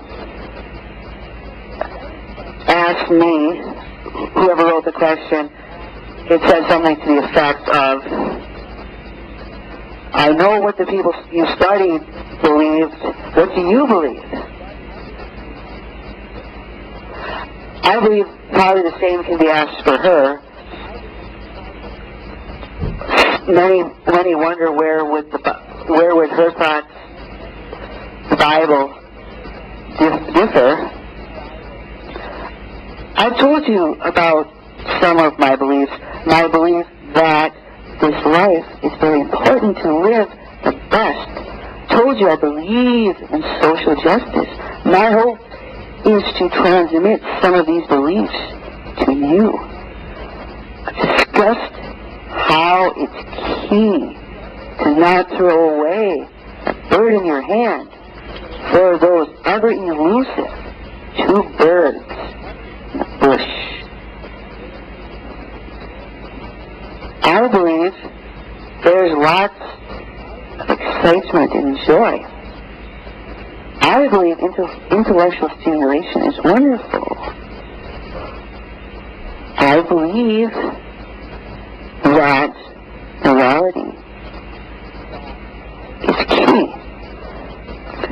I was at a gathering with a bunch of friends. We were asking each other questions. One question was asked to me, to all of us. What do you believe is the most beautiful concept or entity in the world? I stated, I believed perseverance was beautiful. I believe passion is beautiful. I believe these lecture halls are wonderful because all you folks are here gathered. We have a wonderful audience today. It's fantastic to see you all out here. I believe that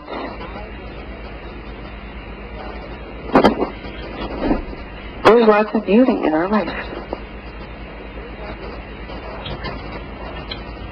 Surely a cynic can get down, but we also have to see the beauty in the cynic. I believe sometimes the cynics are the most beautiful people. Why? Because cynics have the heart to see the wrong. It is no virtue to be smiling, to believe everything is okay when it's not. When the cynic sees wrong, their heart is reacting. That is beautiful.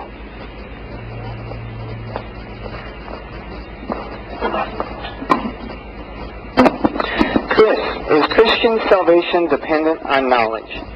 Example, do people that never had an opportunity to know Christ go to hell? Kris, you say you offer only truth. What about the classical Greek notion that knowledge and truth are unknowable? How do you define know the truth? Also a very good question. How do I define knowing the truth? First, there are other things you can only believe. I love my mom. There's no way I can prove that. There's no way you can know that. You have to believe that. I know that I bet that every one of you have someone that you love, and I challenge you to prove that. You do by good works. You do by showing them, by giving them gifts, or telling them, hey, I love you, or something, but it's just something you have to believe. I don't believe that salvation comes by knowledge, but salvation is a gift of God. And for those who haven't heard the message of God, there's a verse in the Bible that talks about from the stars in the heavens and every blade of grass. There's the knowledge of God. God whispers throughout His creation, and you cannot sit in a field and look at the stars and not wonder why, or how, or who, or when. We are born with curious minds, and for cultures, for communities, for continents of people, not to question why, who, when, how. I don't believe that anyone cannot question. And so when you question, when you ask, you will receive. Jesus said that. And there have been, I don't know exactly who or where. I didn't bring the, I can't talk today. It's not a good day not to be able to talk. I don't have all the people and where and when, but I have heard of different communities in like Africa and places like that who have never seen a missionary, who have never seen a Bible, but who follow the practices of Jesus without specifically ever being told the practices of Jesus. There was a documentary done on different communities and different cultures that have experienced revivals and transformations in their lives and in their communities and whatnot. There was this community in, I think it was one of those cold places up there. One of those cold places up there. Antarctica, that's where it was. It was one of those cold places, and it was in Antarctica. And it was like way back, like a long time ago, when the communities didn't really have much along the lines of technology, way back then. And this man actually came traveling into the community just totally out of the blue. And he did share a little bit about Jesus, and he didn't even know much, but so he couldn't tell them much. But there was one of the religious leaders in that community who or the spiritual leaders rather, and he was supposed to explain the ways of the Spirit, and explain where wind comes from, and he was supposed to explain, all the spiritual questions that come up and whatnot. I'm really butchering the story, but it turned out that the spiritual leader was baffled by this new Jesude that he heard of from this person person that wandered in. And so he went out to seek the answer to this, because if he couldn't explain it, then what kind of a spiritual leader was he? So he went out to seek this, the answer to this, and he went out and he made a pact, and he's like, okay, God, or, whoever this Jesus, D'Souza was, he said, if you are real, show yourself to me, and I will kill a seal, and I will make a tradition of this, and whatnot. And so he went out, and he waited by a air hole for a seal to pop up so he could kill the seal. And I don't know why they made a tradition out of something like that, but that's part of the culture. So he waited there, and he sat there, and it got cold, so he made a nice house, to keep him from the wind, and he actually fell asleep because it took so long. And after a while, he woke up to this light. This was in the night that he was doing this, and it was light out.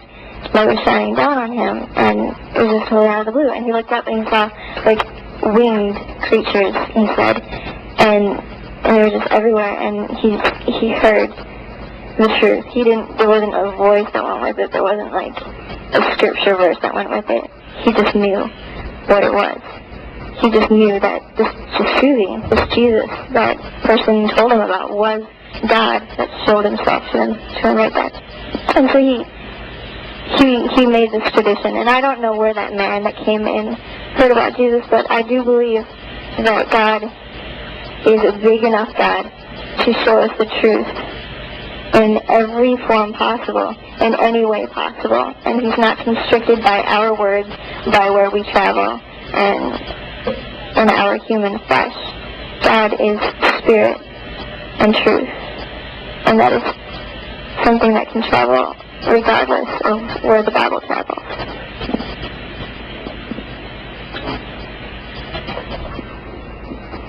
It's now time for closing statements, and Andrew will give the first closing statement.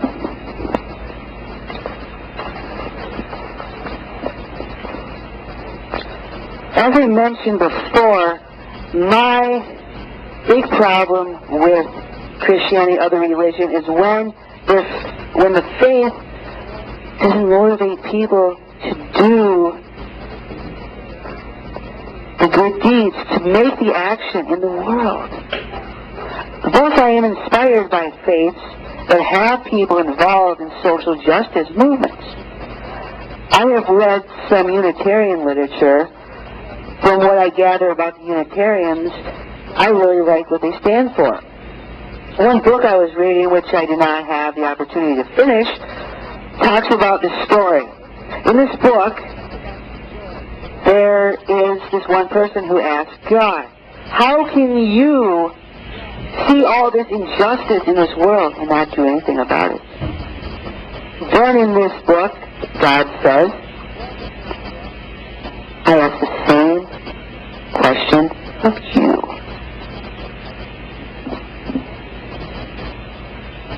I believe it's absolutely key we all get involved in social justice. At my old school, where I recently graduated from, I was involved in lots of social justice activities. I haven't been doing as much here, but I am very fortunate to hear that there is this upcoming war protest. I got an email about that. I hope that it is at a time where I don't have class, because I believe going to class is important. But I have done some protesting of my own. I'm not sure if anyone's ever familiar with the movie The Loneliness of the Long-Distance Runner. I do not believe I've seen the whole movie, but it can be, what can be even more lonely is being a sole protester. There should be a movie in the tradition of that other movie called Loneliness of the Sole Protester. But I believe you should be there, no one else is, because you have to stand up for the right. I would like to make an altar call, but a different type of altar call than Christians would make. I'm not going to ask you to give your life over to Jesus. I imagine most of you do not expect me to do that. I'm also not converting spontaneously here either. What I am asking you to do is to engage in social justice. To look at the evil out there, to protest it. There's a certain business that absolutely gets under my skin. This business industry sells products which destroy people. I'm encouraged to see Christians protest abortion clinics. You may not believe an atheist believes abortion is wrong, but I do. Too bad more don't. But I believe, just as these Christians protest abortion, we should be protesting products that destroy people. What really gets under my skin is alcohol. These taverns sell these horrible products that are not good for anybody. They're nothing but trouble. What good does alcohol do? Thus, I have been inspired to stand in front of these taverns alone. I was pushed into the street, a busy street, riverfront street, by an angry tavern owner. Because I believe it was right. I believe somebody needs to be there to tell everyone that this is not the way it should be. It is wrong to profit off the destruction of people's health. Why can't he sell good products? Why can't he sell bananas and apples? He can make money doing that. I would encourage all of you to possibly join me in such protests. I even met a Christian who's jogging around. I posed some questions similar to what I posed to our opponent. He told me that you will be persecuted. Indeed you will. I also would like to make, as Christians would call, an altar call. I would encourage any of you who are not vegetarians to become vegetarian. If you want ideas, sources for shoes, if you want to have knowledge about what's in food, come to me. It's too important.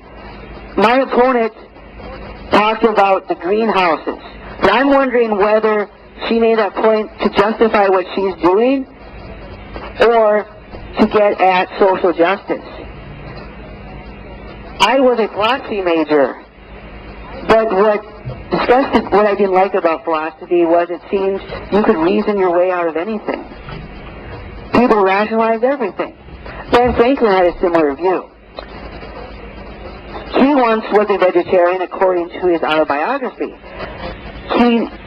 In his autobiography, he talks about how he looks into fish, he saw they eat each other, then he decided, if you eat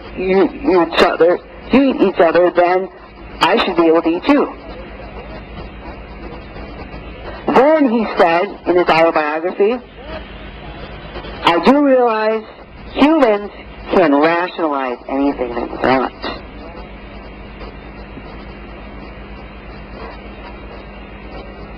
Christian doctrine may tell you that it's okay to use animals, but who can justify animals raised in torturous conditions? I encourage you all to become vegetarians. If you're not, if you are a vegetarian, it's also empowering to make the step to veganism.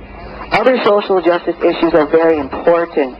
Whether it be the death penalty or war, it's important to speak out, to protest, to do the beautiful acts of protest. It's awesome. I remember once at my school, there was a student government meeting. Most of the time, these meetings were not well attended. But this time, we did not have enough chairs for the people. There were 70 people in the room. And usually, you're lucky to get 1 or 2 people on an issue. As many people joke, in student government, it's usually about parking. But this issue was about sweatshops. Because our school used sweatshops that used products that came from cruel conditions. It felt awesome to be in a group of people all standing up for something good.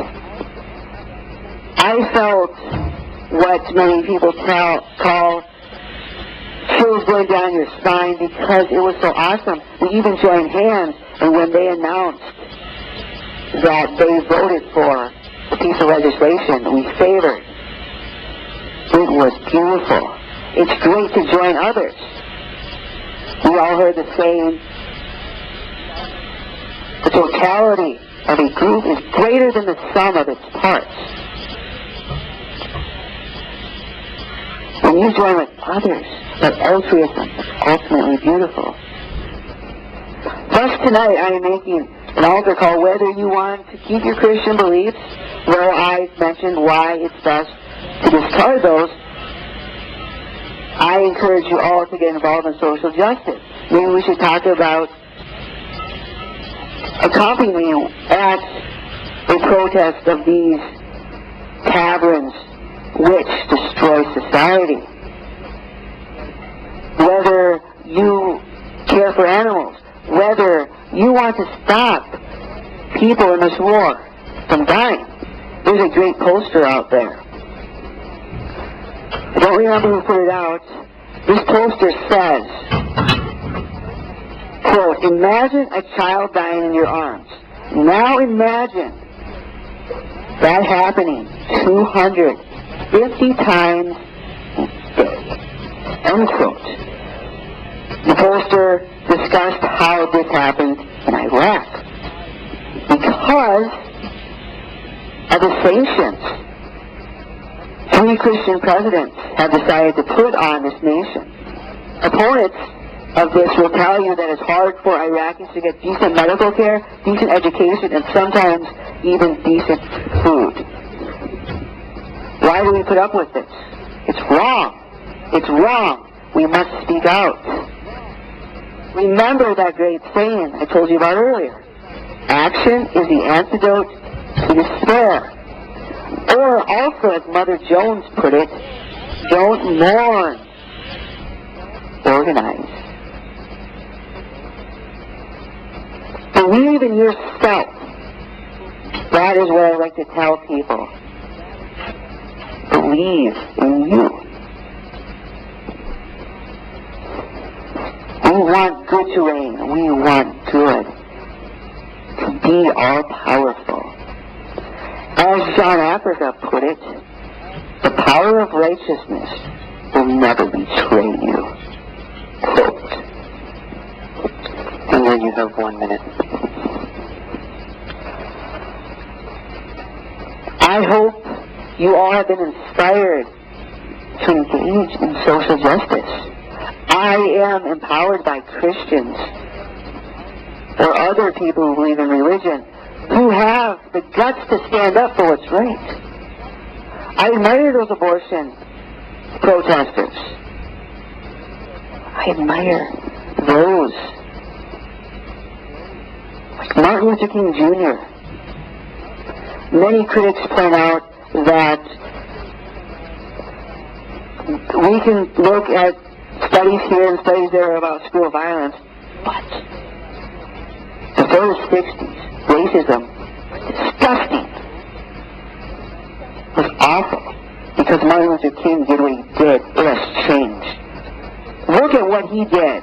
Have faith that you can make the difference. Have faith that we can do good and great. Good evening. Kris, your closing statements.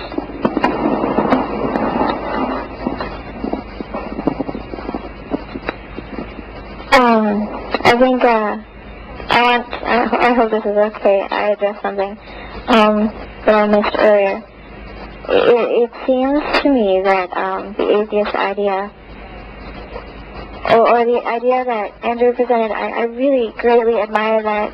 Action, take action. I mean, we all need to take action. That is great, for us all to take action, and I'll talk a little bit about that. But if there is no God, and if there is no reason behind our prayer. And if there is no communion with the God that can move where our words and our feet cannot, then there's no hope for those who can't take action. It seems like a Darwinistic philosophy that the survival of the fittest for the retarded, the mentally handicapped, and for the people who are in hospitals and they're paralyzed from the neck down. They can't take action. They can't do all the things that they would like to do. They can watch TV and they can smile and laugh with the people who come to visit them and whatnot, but they can't do anything. And so when we have Christ in our life, they can do a whole lot more than some of us with feet can. You know, they can lift up prayers to God, and God can go for it. And that's one thing we believe, and one thing that keeps us hope. It's an awesome thing. It's an awesome hope. And I can't talk.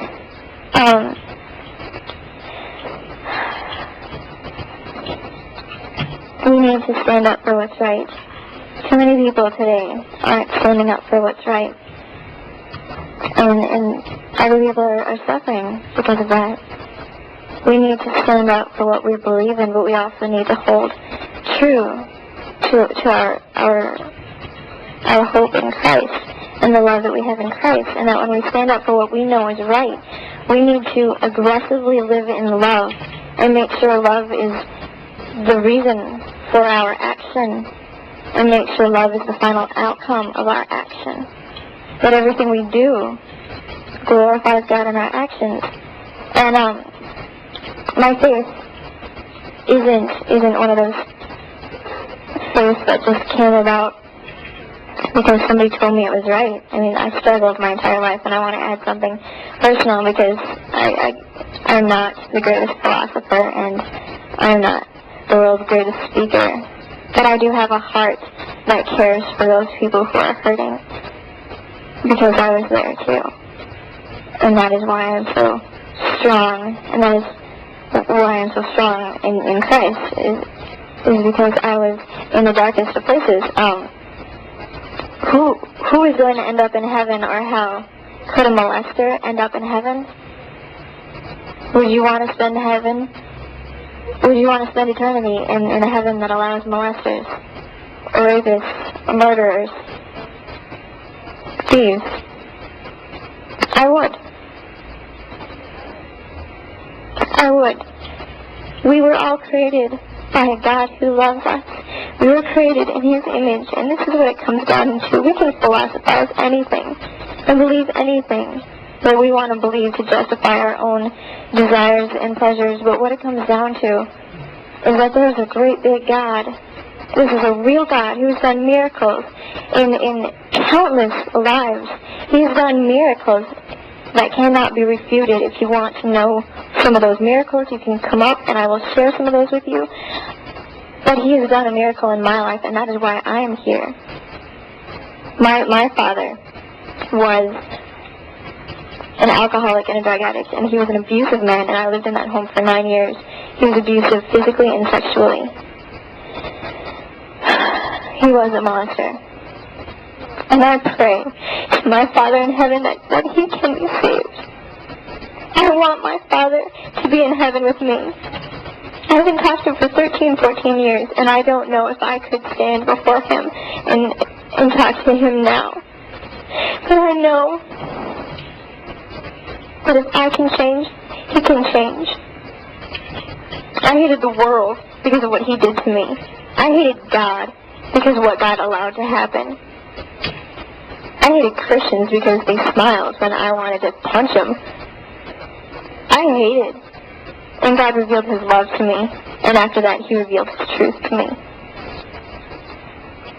And that is why I am here today. God does miracles in lives.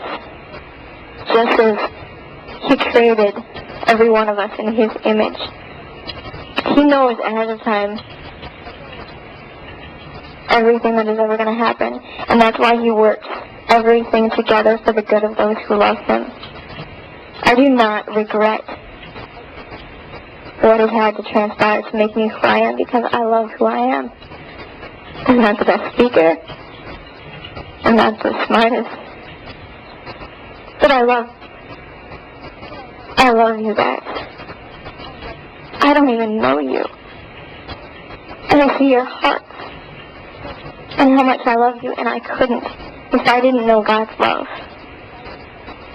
There is proof, there is evidence to back up Christianity, immeasurable evidence to back up Christianity. And if you seek, you will find. I encourage you to seek. And when you have a question, do not stop until you have the answer. The Bible tells us to question everything. And if you don't understand something, question again.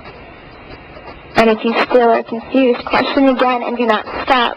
Do not seek answers from me, because I do not have all the answers. Thank you, Lord. And we do not have the answers. We are human. We are finite. We do not know all things in all places at all times. But God does, and if you ask Him, He will reveal Himself to you. And any one of us Christians, I know, are willing to help you in any way. I know prayer sometimes helps, because prayer is awesome, because it reaches out to a great big God. If you want answers, they're there. And Christianity stands upon the truth that God is alive, and that is where we can find answers. That God was resurrected from the dead after Jesus died on the cross. He rose again. And history has never been able to disprove that. In 2,000 years, history has not disproven the resurrection. If it was false, it would have been disproven. It hasn't been. It means Jesus is alive. He is alive in our hearts. And He seeks for a closer relationship with every single one of us, and that is the gospel message. That is the reason for our being as a Christian, is to speak and preach and share and love. Above all things, to love. In Christ's name, I love my Father, and I pray that God can touch his life and bring him to heaven someday. And I just praise God that He's got every one of you here tonight, whether you liked what I said or not. You have heard, and I encourage you to continue to seek. Jesus is real, as really as He was 2,000 years ago, as really as He was in heaven from the beginning of time. He is real, and He is love.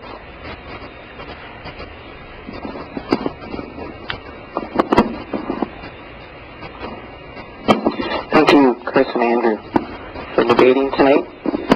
Thank you to all of you for coming out and for hanging with us.